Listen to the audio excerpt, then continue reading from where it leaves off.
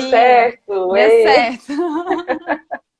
A gente Tecnologia, teve uma né? correria. Imprevistos acontecem, né? Algumas coisas fogem do nosso controle. Sim. Esperar mais gente chegar, Enages, Tarcísio. Deixa eu, Ai, ai. deixa eu mandar aqui Gente, também, pessoal, convidando a turma para assistir. clica no aviãozinho, gente. Vamos convidar as pessoas para assistir nossa live, essa live que promete. Estou bem empolgada. Esse tema é um tema muito gostoso de se falar.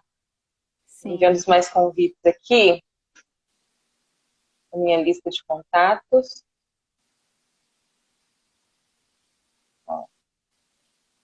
Gente, começa a falar aí de onde que vocês estão assistindo, a profissão de cada um, se é mãe, se é dona de casa, se é profissional, se é só um espectador mesmo que assistiu porque a gente convidou.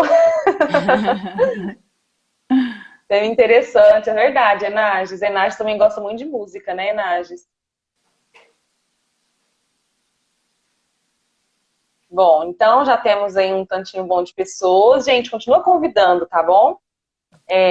Para poder assistir, porque esse tema é um tema muito gostoso, realmente. É algo assim que pode ser estimulado e que a gente vê que tem bons resultados, né? Não vou dar muita pista, não, porque senão perde a graça. Mas então, meu nome é Carita, sou fonoaudióloga, né? Para quem às vezes não me conhece e está assistindo, meu nome é Carita, sou fonoaudióloga, tenho especialização em linguagem oral e escrita, e para quem não sabe, eu também sou musicista, então eu tenho formação em música também. Antes de fazer fonoaudiologia, eu fiz música. E a música já faz parte da minha vida desde aí da minha adolescência. Trabalhei como professora de musicalização infantil, né, em algumas escolas aqui em Goiânia. Tive essa experiência de estimular o desenvolvimento através da musicalização. E às vezes dentro da faculdade mesmo, da fonoaudiologia, eu ali estudando, eu ia percebendo, né, o tanto que a fonoaudiologia e a música tinham coisas assim comuns nesse sentido de estimulação do bom desenvolvimento. Sim. Deixa eu ver o que mais. Eu sou fonoaudióloga clínica, faço atendimento domiciliar também. Eu acho que eu falei tudo. Vou passar a vez para a Carila agora se apresentar. Sim, então meu nome é Carila Amândula, sou musicoterapeuta graduada na UFG. É, estou fazendo uma pós-graduação em reabilitação cognitiva na NEP Neuro e estou também como presidente da Associação Goiana de Musicoterapia, que é o nosso órgão de representação aqui dentro do estado de Goiás. E também, como a Carita, né, tenho uma formação musical desde muito nova, fui estimulada nesse sentido. E no momento de escolher, então, a minha formação, eu decidi pela musicoterapia, porque eu queria aplicar justamente a música como uma forma de poder auxiliar outras pessoas, né? Trabalhar aspectos relacionados à saúde. Trabalho com a Carita, né? Nós trabalhamos Sim, lá no Despertar juntas e também faço atendimentos domiciliares, pensando principalmente nessa perspectiva dentro das neurociências, né? Da reabilitação da saúde. muito bem. Que currículo bonito, hein, Carila? E eu Obrigada, você também. agradeço, Carila, você ter conseguido um horário na sua agenda tão ocupada, né? Você faz tanta coisa. E tem tanto Uhum. tempo que a gente está combinando essa live e a gente precisou Sim, remarcar uma vez. Mas muito obrigada por ter aceitado o convite. Eu acho que esse imagina. bate-papo vai ser muito gostoso.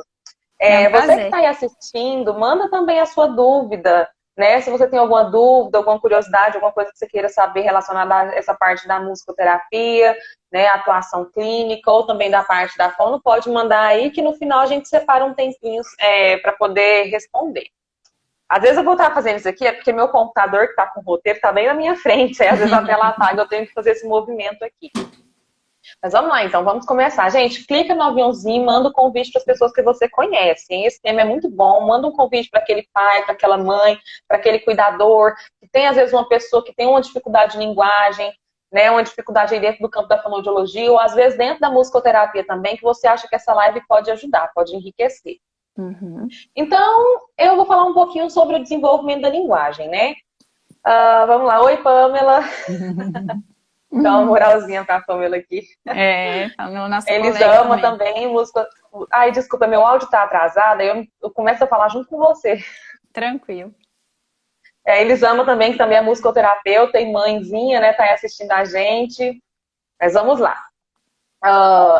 O que é, então, linguagem? Linguagem é a capacidade de codificar os sinais para comunicação, as ideias, né, em sinais para comunicação. No nosso caso aqui, a gente está pensando em linguagem oral, então é a nossa capacidade de transformar esse pensamento em um sinal sonoro com o objetivo de comunicar algo. E assim, nós seres humanos, a forma mais primitiva de comunicação que a gente tem é o choro do bebê. Então, o bebê nasceu. Qual que é a única forma de comunicação que esse bebê tem? Chorar. O choro, né? Então, a partir daí, a gente já percebe que é uma tentativa de comunicação. O bebê chora, a mãe vai lá e acolhe. No início, aí a gente fica meio perdido, eu falo porque eu sou mãe também, tenho uma bebê de 10 meses. No início, a gente fica meio perdida. Será que esse choro é de dor? Será que ela está tentando me comunicar que ela está sentindo fome? Até que mais ou menos ali entre os 2 e 3 meses, esse choro se torna já diferenciado. Então, o bebê ele já consegue comunicar com as diferentes intensidades e frequência do seu choro. Se é um choro de dor, por exemplo, o choro de dor tende a ser um choro mais agudo, mais estridente. E aí a criança vai conseguindo comunicar isso para nós através do choro. Em torno aí dos 6 meses de idade, as crianças mais precoces estão em torno dos 6 meses, mas via de regra é do 7º para o 9º mês. Começa o balbucio, que é quando a criança começa a emitir aqueles sons, papapá, mamamá, bababá. Então, assim, inicialmente a criança ela não está falando papai, mamãe, mas ela está brincando com os sons que ela está aprendendo. E isso é muito importante, porque lá na frente, né, ela vai usar esses sons para tentar se comunicar. Então, em torno aí dos 9, 10 meses, ela já começa a usar esses sons na tentativa de comunicar. Uhum. E aí o tempo vai passando, o desenvolvimento da linguagem ele vai evoluindo. E aí, assim, quando a gente pensa em, por exemplo, alteração de linguagem, o que a gente está pensando? A gente está pensando numa alteração de fala? A gente está pensando numa alteração de interação social, numa pessoa, por exemplo, no caso do autismo, né, que ele tem esse déficit na interação. A gente está pensando numa dificuldade que às vezes a criança tem em formar frases. A linguagem, a gente divide ela em basicamente 4 campos, que é a parte dos sons da fala, que a gente chama de fonética e fonologia. Então, é os sons da fala, os fonemas, né, que a gente fala aí. A gente tem a parte também da estruturação frasal, que é quando a criança ela consegue estruturar uma frase bem elaborada e comunicar isso através do discurso oral. Tem a parte da semântica, que diz respeito ao significado das coisas. Então, é eu saber que porta é um objeto de madeira, que serve para abrir e fechar. Isso também é linguagem. E, por último, a parte do uso funcional da linguagem, que é o pragmático, que é o que está geralmente mais alterado no caso dos autistas, por exemplo, dos transtornos globais aí do desenvolvimento.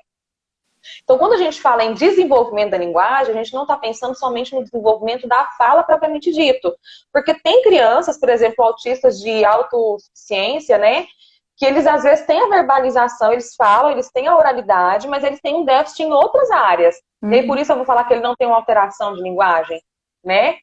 Então, quando a gente fala em desenvolvimento da linguagem, a gente está pensando em todas essas estruturas, na parte dos sons da fala, que é a parte fonético-fonológica, na parte de estruturação frasal, a criança conseguir ordenar, né, e formar frases, na parte de significado, dela saber o que um objeto significa, que, por exemplo, a cadeira serve para sentar, isso também faz parte de desenvolvimento da linguagem, e o uso funcional. Qual que é o uso funcional da linguagem? Comunicação. Uhum. Né? A comunicação intencional. Então, esse é o uso funcional. Então, o desenvolvimento da linguagem, ela tem várias etapas aí, né? Eu já dei o exemplo do choro do bebê lá no comecinho, quando o bebê começa aí, por volta dos 2, 3 meses que o choro se torna diferenciado e ela vai evoluindo, até que em torno de 5, 6 anos, alguns autores consideram 6 anos, né? Outros consideram 5 anos de idade, a criança ela já tem que ter a fala próxima ou como a fala do adulto. Então já é esperado que a criança tenha esse domínio aí de todos os aspectos que eu citei aqui da linguagem. Então, agora, assim, que eu falei um pouquinho, de forma bem resumida sobre o desenvolvimento da linguagem, eu vou abrir para a Carila falar agora sobre a área dela, que é a musicoterapia. Sim. Então, a musicoterapia Ela tem a sua origem, assim, se a gente for pensar na música como um meio, né, de tratar, de cuidar do outro, é algo que vem desde, tem relatos, assim, registros em livros muito antigos, né? Tem uma passagem bíblica que fala sobre esse aspecto, né, da cura através da música. Tem papiros egípcios que falam da utilização da música para cura, para tratamento. E assim, ao longo da história, tem vários registros dessa utilização da música como um meio de cuidado com o outro.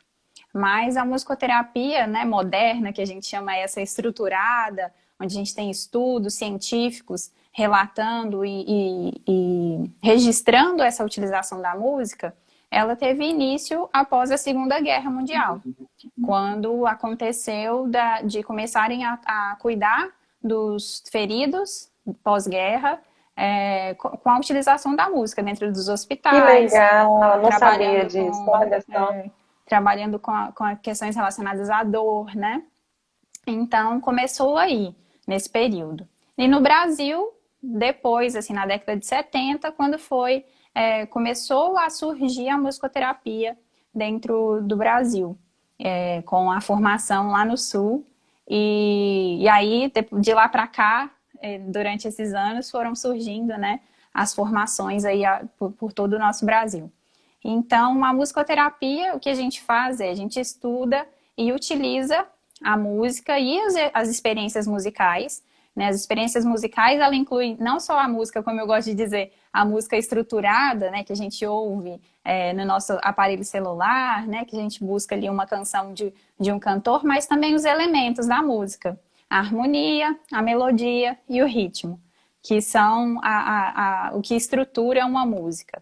Então, a gente pode utilizar todos esses elementos com o objetivo de prevenir, promover e reabilitar a saúde. Então, o nosso foco está na saúde. A utilização da música para alcançar algum objetivo relacionado à saúde. E aí, o profissional musicoterapeuta, então, ele vai fazer uma avaliação, vai estruturar um trabalho, todo um plano de trabalho de acordo com uma demanda que vai surgir ali do nosso cliente que nos busca, né, o nosso paciente. Que legal, muito boa, Carila, a explanação que você fez. Essa parte da música como cura no início lá da Segunda Guerra eu não sabia, não tinha conhecimento disso. Que legal, né? A gente vê que bem desde antigamente a música é usada como esse meio. Uhum. E assim, fazer música é diferente de usar a música como terapia, né? Sim. Por exemplo, eu sou musicista. Eu não posso usar a música como terapia porque eu não sou musicoterapeuta. Isso. Né? Lógico que eu posso usar assim, a música a meu favor dentro de terapia, até eu uso algumas coisas, mas a música ali no momento não é o meu instrumento de cura, digamos assim, né? É uma estratégia, é diferente. É diferente porque tem porque a música faz parte do nosso cotidiano, ela é utilizada para diversos fins, né? Então, a gente, dentro dos estudos da musicoterapia, a gente fala que tem a música em terapia e a música como terapia. Então, a música em terapia, ela pode ser utilizada por diversos profissionais, como você, no seu trabalho enquanto fonoaudióloga, como outros profissionais de outras áreas que utilizam a música dentro do seu trabalho, né? Não só profissionais da saúde, mas educadores físicos, professores, né? Todos nós utilizamos música no nosso dia a dia e para outros fins. Mas a música como terapia, ela é diferenciada justamente por isso, porque a gente, além dessa questão da música estruturada, a gente utiliza também outros elementos e temos estudos dentro da musicoterapia para poder utilizar, né, de uma forma com um objetivo específico, utilizar a música no nosso trabalho para alcançar, por exemplo, como a gente está conversando aqui hoje, o desenvolvimento da comunicação, da linguagem oral, né? Verdade, até a Elisama está comentando, a Elisama, que é musicoterapeuta também, está comentando que é super válido, né, esse esclarecimento, porque muita gente faz essa confusão. Eu confesso que até assim, eu antigamente fazia essa confusão também, sabe? Até que eu tive uma professora na fonoaudiologia, que inclusive é musicoterapeuta também, a Eliane Faleiro, não sei se ela vai ver essa live mais tarde, eu sei que agora ela não podia assistir, mas e até o momento que ela me esclareceu isso, que era diferente o uso da música em terapia que é o que eu poderia Uhum. fazer enquanto fonoaudióloga e musicista também, né? Independente de eu ser Sim. musicista ou não, eu poderia fazer Uhum. esse tipo de uso.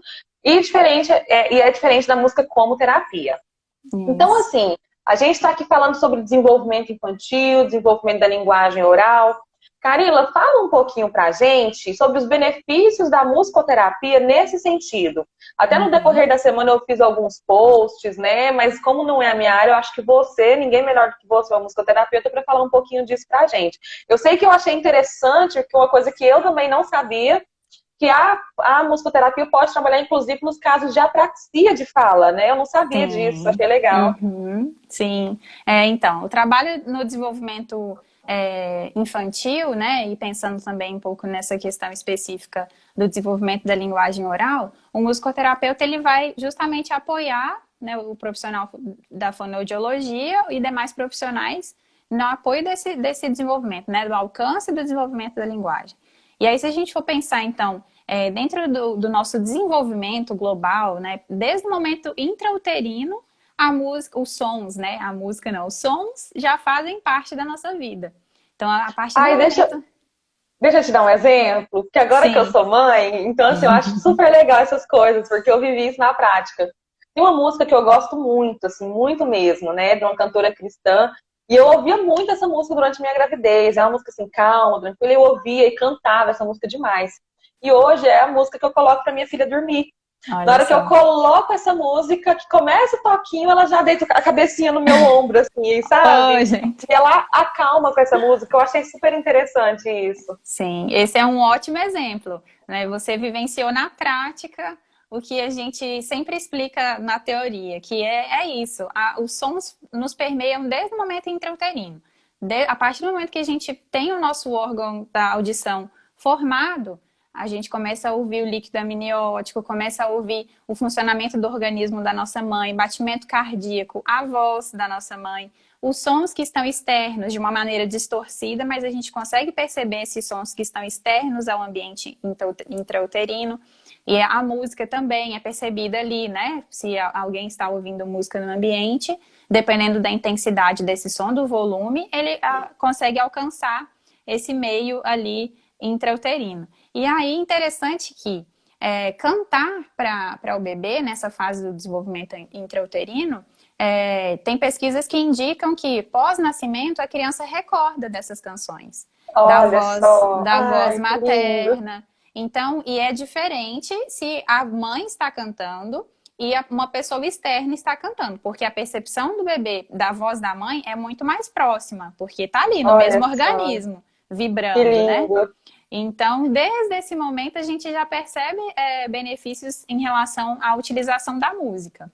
E aí, no momento pós, né, após nascimento, os benefícios só crescem, porque aí já tem a interação, né, do contato visual da mãe e o bebê, de todos os que estão próximos a ele. Então, a utilização da música ela é capaz de trazer benefícios para essa interação entre o bebê e o mundo onde ele está, e também em relação a outras questões, né? A percepção auditiva dele, dessa linha melódica que está presente na nossa fala e também na música. Então, por isso que é tão próximo a música do desenvolvimento da linguagem oral, porque tem uma estrutura que é parecida, tem um ritmo, né? A nossa fala ela é ritmada, ela tem toda uma linha de construção, tem esse aspecto da A melodia, entonação, da né? entonação. Então, a música e a fala têm características parecidas. Ela ativa áreas cerebrais próximas, mas ao mesmo tempo a música consegue englobar outras áreas, que é uma área motora.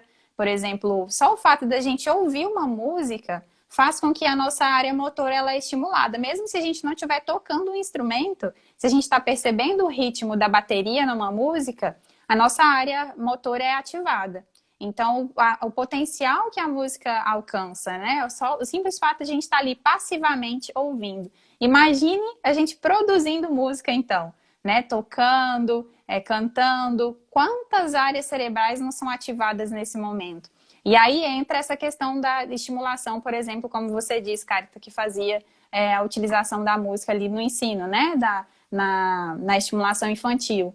Então, Sim. ali tem estudos também que falam que crianças que praticam, né, música, que tocam um instrumento, aprendem a tocar um instrumento ou participam de atividades musicais nesse sentido, elas têm benefícios até mesmo para o desenvolvimento escolar, relacionado à atenção, à memorização. Então, a música tem todo esse potencial. Por isso que a gente utiliza muito a musicoterapia, o trabalho do musicoterapeuta em conjunto com o trabalho da fono, para poder estimular esse desenvolvimento da linguagem oral.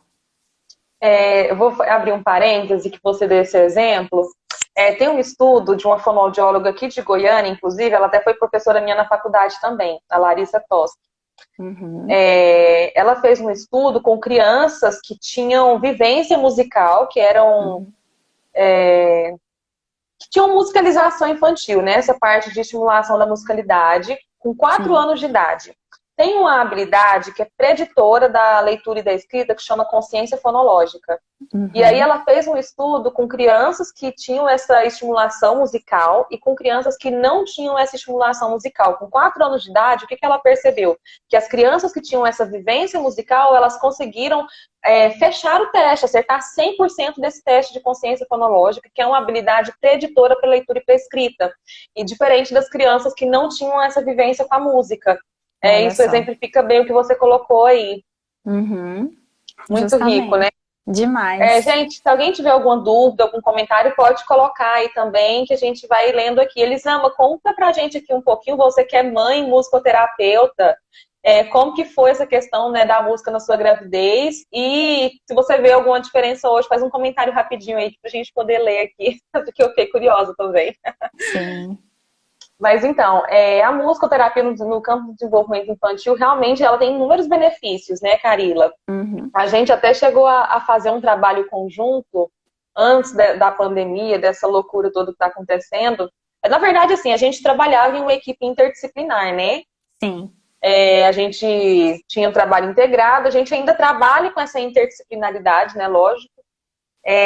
Mas eu lembro que no ano passado, até eu acho que eu já estava grávida, não lembro. A gente chegou a fazer um trabalho conjunto num grupo de crianças que tinham transtornos globais do desenvolvimento, né? Sim. Que tinham um déficit nessa parte de interação. Eu lembro que até tinha uma criança que era autista, já diagnosticada. E a gente fez esse trabalho conjunto, fono e música. Então, assim, eu colocava ali os objetivos da fono que eu queria alcançar com aquelas crianças. A Carila vinha com os objetivos da musicoterapia e a gente casava isso dentro da terapia. E era um trabalho muito gostoso e que a gente conseguia ver resultados, né, Carila? Sim, sim. E justamente por esses aspectos, né? Da música, ela tem uma maneira sutil de comunicar. Além dessa questão da estrutura dela de ser próxima à nossa fala, à nossa comunicação, tem outros aspectos ali que envolvem o fazer musical. E o fazer musical em conjunto, no nosso caso ali, buscando objetivos dentro da nossa terapia, ela tem, a música, primeiro, ela tem uma forma de se comunicar. Então, na musicoterapia a gente fala muito disso, da comunicação através da música. E isso até faz uma ponte entre a nossa comunicação musical e até chegar à nossa verbalização de fato. Então, por isso tem pesquisas muito lindas falando sobre essa questão da relação da musicoterapia para abrir canais de comunicação para as crianças com autismo, por exemplo, que estão dentro do espectro, porque faz com que ele consiga entender essa estrutura que é similar na música e na nossa comunicação oral, e aí ele faz essa ponte, começa a trazer todo esse conhecimento, essa vivência dele na música para fala e consegue fazer com que ele consiga se comunicar de uma maneira funcional, né? Que não fique disfuncional nesse sentido. E além disso, tem esses aspectos da socialização, né? Para eu compartilhar esse momento musical, eu preciso estar atenta à música do outro, fazer o contato visual ali no ambiente, perceber o que o outro está trazendo de sons ali, né, durante o meu fazer musical, porque tem toda essa estrutura. E aí a gente imita o outro, né? Então isso também é pré-verbal, né? Tudo isso são características que a criança precisa desenvolver antes de chegar a uma comunicação de fato. Então tudo isso é trabalhado em trabalhos assim, compartilhado em trabalhos assim. Um outro aspecto importante é o aspecto emocional também, porque a música ela traz uma intenção, né? Uma intenção na sua estrutura que é sutil, mas que está presente. Então, às vezes, para a gente conseguir entender um sentimento, só o fato de a gente ouvir uma música, a gente já consegue perceber. Nossa, mas essa música me deixa num estado mais introspectivo, ou nossa, quanto que eu me sinto mais alegre para cima com essa música. Então, todos esses aspectos emocionais também estão carregados ali, impregnados na música. E quando a gente ouve, a gente percebe de uma maneira sutil, mas que ao mesmo tempo está estimulando essa percepção e não é uma forma explícita, né? Fala assim, não, então agora vamos trabalhar as emoções na música. Tipo, eu não preciso verbalizar isso, já está na música, né? Só o fato da gente fazer junto já faz com que a gente consiga perceber isso e depois a gente possa verbalizar todas essas emoções. E é tão interessante você comentando isso, Carila, que eu me lembro que na faculdade de fonoaudiologia, inclusive a minha orientadora, eu vou falar muito dela, gente, porque eu sou fã dela. E sim, eu também sou fã. Você conhece ela, né? Eu costumo falar que ela é a minha madrinha da fonoaudiologia, a Eliane Faleiro, que é musicoterapeuta e fonoaudióloga. Ela, inclusive, foi a minha orientadora do meu TCC na faculdade. Um dos trabalhos que eu fiz foi com uma criança com deficiência intelectual, que tinha um déficit muito grande nessa parte da linguagem, naquele aspecto que eu falei de formação de frases e de significado. Então, ele tinha uma dificuldade de elaborar frases, o discurso dele assim, era tudo muito confuso, e ele não entendia muito bem o significado de algumas coisas. E aí, sob orientação dela, né, eu fiz um trabalho com a música, usando a música em terapia e não a música como terapia, para estimular essa parte. E aí, gente, foi tão interessante, porque no final assim, do semestre, foi tão gostoso ver ele falar. Assim, de um jeito que ele não falava antes. Então, assim, por exemplo, uma estratégia que eu usei, gente, quem é fono já anota a dica aí, né? Dá fono de graça numa live. Então, isso é dica de supervisão. Uma das estratégias que eu usava com ele, por exemplo, era pegar uma história e cantar essa história. Então eu usava o recurso visual, mostrava as figuras e eu cantava aquela história para ele de uma forma muito simples, assim, muito resumida, né? Dentro daquilo que eu sabia que ele conseguiria fazer. E aí a gente foi aprendendo essa musiquinha, essa história através da música, e aprendemos. Quando eu vi que ele decorou, o que que eu fiz? Eu tirei a parte melódica. Então essa música virou a história falada. Então eu tirei a melodia e ficou ali a história mesmo propriamente dita. E aí ele conseguiu contar para mim depois a história com as palavras dele, do jeitinho dele, mostrando que ele aprendeu, que ele entendeu. Então foi uma coisa muito gostosa, é uma estratégia que eu até gosto de utilizar até hoje. Deixa eu só ler o comentário da Elisandra aqui, que a gente tinha pedido para ela falar um pouquinho. Ela falando aqui que um dos exemplos né? Acho que por ter trabalhado muito com a banda, muito ritmo nos atendimentos com jovens do Despertar, percebo que a Cecília, que é a bebezinha dela, é muito atenta a ritmos e batidas fortes. Ela é muito curiosa com relação a qualquer som, barulho, música, volta toda a atenção e quer buscá-la. Ai, gente, que delícia. Que legal. Que gracinha. É a isso, Maria, né? que é minha sogra, comentando aqui também. Quero uma live para abrir a comunicação através da música para os meus alunos adolescentes. É porque ela trabalha com adolescentes, né? Olha, e ela vai comentando aqui. Que legal. Deixa eu ver, tem um outro comentário aqui. A música realmente estimula e aguça os sentimentos relacionados a determinada batida e ritmo. Tão bom ver. Tão bom vocês estar com vocês. Não, gente, não entendi. Tão bom estar mais... sim, tipo assim, ela tá dizendo que é bom quando você tá mais pra baixo e você ouve aquela música e te deixa pra cima, dá uma alegria que tem a ver com isso que você falou, né? Eu te cortei, Carila, o que você ia falando? Não, eu ia falar que, olha que legal, né? A Elisama, ela trabalhou, eu lembro dela com barrigão lá no Despertar, né? Assim, com a gestação já avançada e ela trabalhando lá com os jovens dentro. Então, é isso, né? Toda essa vivência dela enquanto mãe durante a gestação repercutiu para o pós-nascimento da filha dela.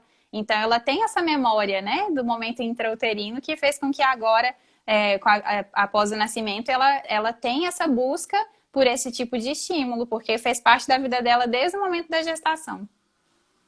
O meu marido que está assistindo comentando, né, que a nossa filha não pode ouvir uma música com batida de hip hop, que ela começa a pular por causa da batida. E isso é verdade, ela adora. Se ela ouve, se ela pode, às vezes eu tô na cozinha fazendo alguma coisa, e aí meu marido quer chamar a atenção dela para ela ir lá para ele e deixar eu trabalhar na cozinha lá. E aí ele coloca uma música dele lá, uma batida de beatbox, alguma coisa, ela já vai correr. Esse lado aí, eu acho que ela puxou mais dele, não foi tanto meu, não.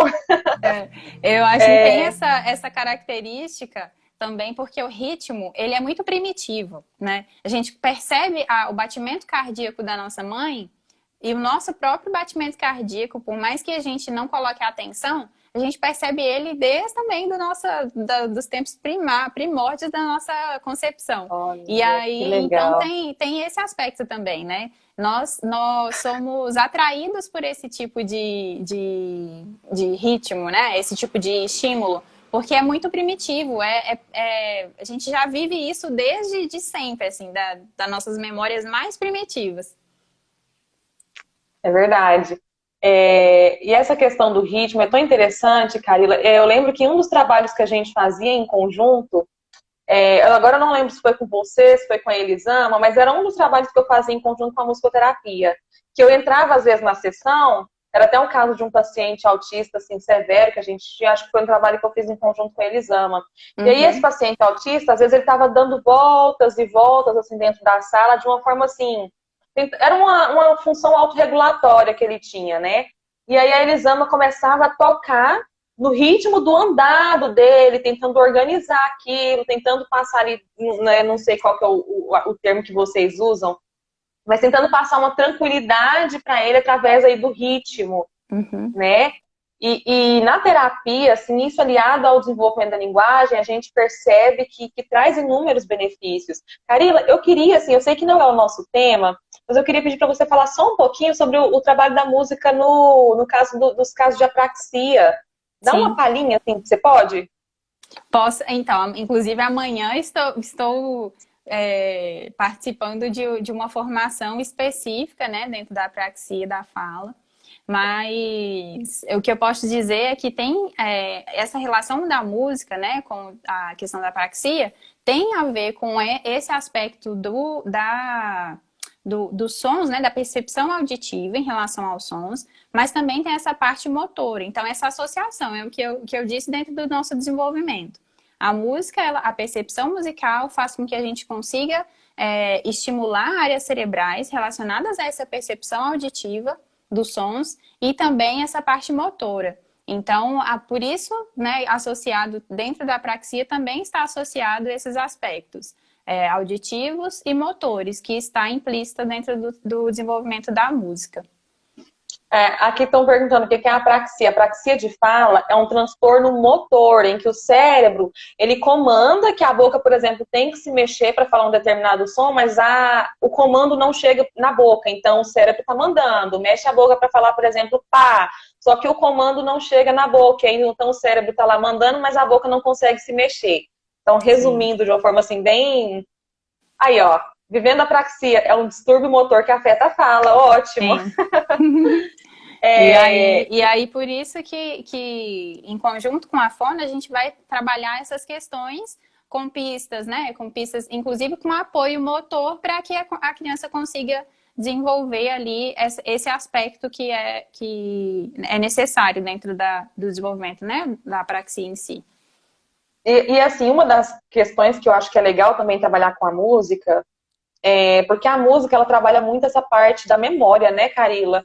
Sim. A gente percebe que quando a gente coloca, por exemplo, uma música dentro de um objetivo terapêutico, agora eu não estou falando da música como terapia, tá? Estou usando, Uhum. por exemplo, da música em terapia. Então, se eu quero Sim. trabalhar, por exemplo, eu tô pensando, você está falando, eu estou lembrando da minha pacientezinha de apraxia, que eu tenho uma pacientezinha de Uhum. apraxia, e aí se eu quero trabalhar com ela, por exemplo, o som do P, o som do B, eu levo uma música que tem esse som várias vezes. E aí ela vai Uhum. trabalhando essa memorização, tanto motora quanto auditiva também. Então, isso Isso. facilita o trabalho.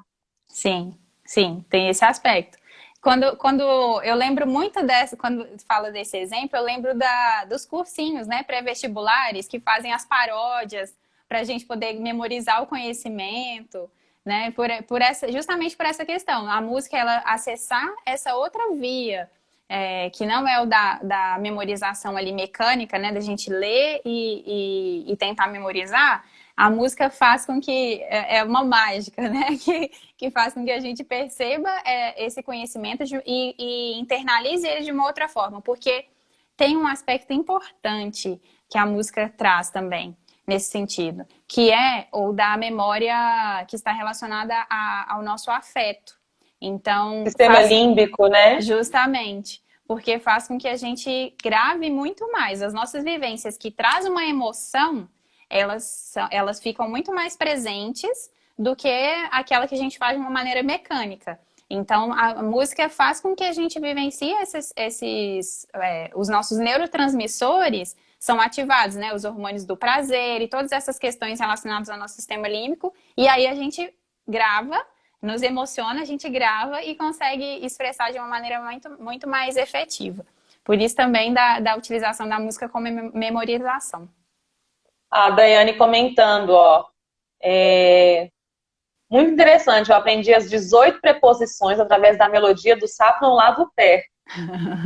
Como ela comentando, até hoje eu tenho uma em mente que aprendi no 3º ano do vestibular, olha só. Olha só. E usando ainda esse exemplo da música na terapia, em crianças com atraso de linguagem, uma estratégia que é muito legal de usar é música. Inclusive, eu faço orientação aos pais dos meus pacientes para cantar música para os filhos, principalmente essas crianças menores, ali até os 2, 3 anos, que têm um atraso na parte da linguagem. Inclusive, assim, quando eu gosto de indicar muito a musicoterapia, né? Mas a gente sabe que nem todos, infelizmente, conseguem fazer, por questões de horário, né? E tudo mais, às vezes questões financeiras, nem todos conseguem fazer a musicoterapia aí. Mas é algo que enriquece tanto. E uma das coisas que a gente percebe, principalmente no caso dessas crianças menores aí, de 3 anos de idade, é que o estímulo da música, ela ajuda nessa parte do desenvolvimento da linguagem. Então, vamos pegar, por exemplo, a música do Pintinho Amarelinho, né? Então, eu tô lá cantando para a criança na minha terapia, tô lá fazendo gestos. E o que essa criança já tá aprendendo? Os sons onomatopeicos, que são sons que os animais fazem, que é algo que nesse primeiro aninho de vida é importante a criança já ter o aprendizado. Sim. Né? Então, essas músicas que trabalham esses sons de onomatopeias, essas músicas que trabalham palavras de forma repetitiva, a gente percebe que é algo que beneficia muito essas crianças nesses casos. O nosso tempo já está avançado, já tem 40 minutos que nós estamos fazendo essa live. Que é isso? Passa rápido. Não, por mim parece que tem 15 minutos que eu tô aqui, né? Eu quero fazer um comentário só em relação a essa questão que você falou, né? Da utilização da música nessa fase dos 1, 2, 3 anos. É interessante porque a música as músicas infantis, em geral, ela tem uma característica muito específica que faz com que as crianças se atentem a ela, que é uma frase, né, uma estrutura que é muito similar. Então, dentro ali da característica da música, as notas, né, a proximidade das notas, elas não têm grandes saltos. Então, as músicas não têm uma complexidade muito grande. Ela não tem saltos melódicos, tá aqui, tá no grave, vai lá no agudo, volta. Ela tem uma estrutura muito similar da proximidade entre as notas. E aí faz com que justamente a criança tenha atenção. As canções de Niná também têm essa característica, né? Uma estrutura, uma frase muito parecida, muito simples, próxima, assim, ela é confortável, é gostoso de ouvir, porque ela é confortável, não tem grandes saltos, então faz com que a criança tenha essa percepção e essa proximidade, consiga se atentar e perceber muito mais e interagir com quem está cantando com ela. É verdade. Mais um comentário aqui, do meu marido, que ele está assistindo, e a nossa filha faz várias coisas dessas que a gente está conversando aqui, né? Então, por exemplo, a música do Pintinho Amarelinho e da Borboletinha, ela já completa. Então, quando a gente fala, ele bate as asas, ele faz, e ela tem 10 meses, assim, pra mim eu fiquei chocada, eu achei ela precoce, porque ela pega e já faz piu-piu. Olha a música da Borboletinha também, ela completa já com alguns sons quando a gente está cantando, mas ela é uma prova viva que eu vejo, assim, os benefícios da música, né? Porque acaba que que a gente canta muita música para ela. Até aqui em casa a gente tem alguns instrumentos musicais, que teclado, violão, que às vezes a gente senta para tocar para ela e tudo mais. Então ela é bem estimulada nessa parte. Para a gente poder encerrar, eu vou pedir para você, Carila, passar algumas dicas aí que a gente possa fazer para estimular a linguagem das crianças em casa. Ótimo, maravilha. Vamos lá. Então, eu anotei aqui Então, quem bonitinho está para passar para assistindo, vocês. pega papel e caneta, ou então, quando finalizar a live vai ficar salva, você clica naquele negocinho de salvar para você poder ver depois essas dicas. Sim. Então, em relação a uma delas que eu quero compartilhar, nós até falamos aqui agora, que é cantar com as crianças, né? Porque a gente cantar e não cantar, por exemplo, né? Tem uma diferença, existe uma diferença entre você colocar o vídeo e a música, né? Para a criança perceber a música ali no celular e interagir com a criança com o celular, e existe uma diferença de você estar com sua criança frente a frente cantando. Então, a primeira dica é essa, você interagir através da música, mas dá preferência para essa interação pessoa-pessoa, e não um aparelho celular, né, e a criança. Então, tipo assim, nada de não colocar o DVD ou o YouTube lá para a criança ouvir, mas sentar de frente para a criança e cantar junto com ela. Cantar e fazer os gestos, tudo isso que você compartilhou, né? Fazer os gestos ali relacionados à música, porque aí ela tá percebendo essa questão visual, fazendo com apoio das pistas, né? Que a gente fala, das pistas visuais, para ela poder começar a imitar e aí ter comportamentos nesse sentido que auxiliam nesse desenvolvimento global, né? E até o alcance da comunicação verbal ali, da fala. Então, a primeira dica é essa. Olhar, dançar, fazer gestos, brincar com essas possibilidades. Essas atividades são muito prazerosas e ela estimula esse comportamento da imitação e apoia o desenvolvimento da comunicação. E além de estreitar o nosso vínculo, né? Que é tão importante. Com certeza, com certeza. A segunda dica é aproveitar os objetos do contexto familiar. Então, criança já tem essa predisposição a explorar os objetos, né, de casa. Até às vezes a mãe tem que travar a porta, as panelas. Então, isso já é uma característica da criança, porque ela está conhecendo todas as possibilidades, né, testando tudo que está ao redor dela.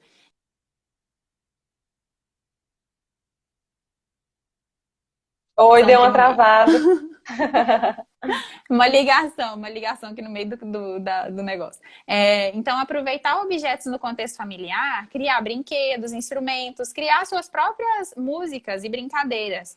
E isso também estimula outras percepções, né? A estimulação tátil, né? E motora ali, Sim. motora fina, tudo isso também apoia no desenvolvimento da comunicação. Tá tudo ligado, é tudo em conjunto, né? Legal. Então, aproveitar esses objetos em casa para criar os seus instrumentos, perceber os sons. E a última delas é isso, explorar os sons do corpo. A criança também faz isso com uma naturalidade muito grande, né? De explorar que sons que saem da minha boca, que sons que saem. Então, aproveitar. Estalar a língua. Estalar. Então, tem canções muito simples que trazem essa possibilidade também, né? Com a minha boca eu faço um barulhinho. Com o meu nariz eu faço um bichinho. E aí você vai utilizando essas canções e explorando os sons do seu corpo com a sua criança para poder também estimular esses aspectos relacionados à imitação, à percepção dele do seu corpo, a percepção no meio, né? Minha percepção corporal, tudo isso apoia também o desenvolvimento aí global e consequentemente, da comunicação verbal. Ai, que delícia, Carila. Ó, dicas anotadas, gente. Ó, anota essas dicas aí que são enriquecedoras. Então, chegou ao final a nossa live. Ai, passou tão rápido, gente. Já vai para 50 minutos. Olha só. Mas, Carila, muito obrigada, tá bom? Pela disponibilidade, pela disposição e por fornecer aqui tantas dicas e tanto conhecimento, né? De uma forma assim tão natural, encantadora. Obrigada. Muito obrigada. Imagina, Kai, é um prazer. Eu sou fã, né? Eu gosto muito da forma como você trabalha e ainda bem que temos possibilidade de trabalhar juntas. E quero agradecer a todos que participaram, que estiveram aqui. Tem muitos colegas de profissão, Tem pais aqui presentes, né? Quero dar destaque aqui a um comentário da Titsi falando que a musicoterapia trouxe evolução incrível para o filho dela.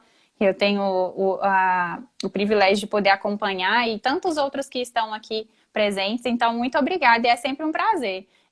Eu gosto de dizer que se for para falar de musicoterapia, eu posso ficar horas e horas, eu falo sem problema nenhum. É um prazer. Então é isso, gente. Obrigada também a você que assistiu essa live. Ela vai ficar salva aqui no meu perfil. Então depois você ainda pode clicar no aviãozinho e enviar para alguém que você acha que vai se aproveitar desse conhecimento. Então, gente, obrigada. Um bom dia para todo mundo e tchau, tchau. Tchau, tchau. Um abraço. Um abraço.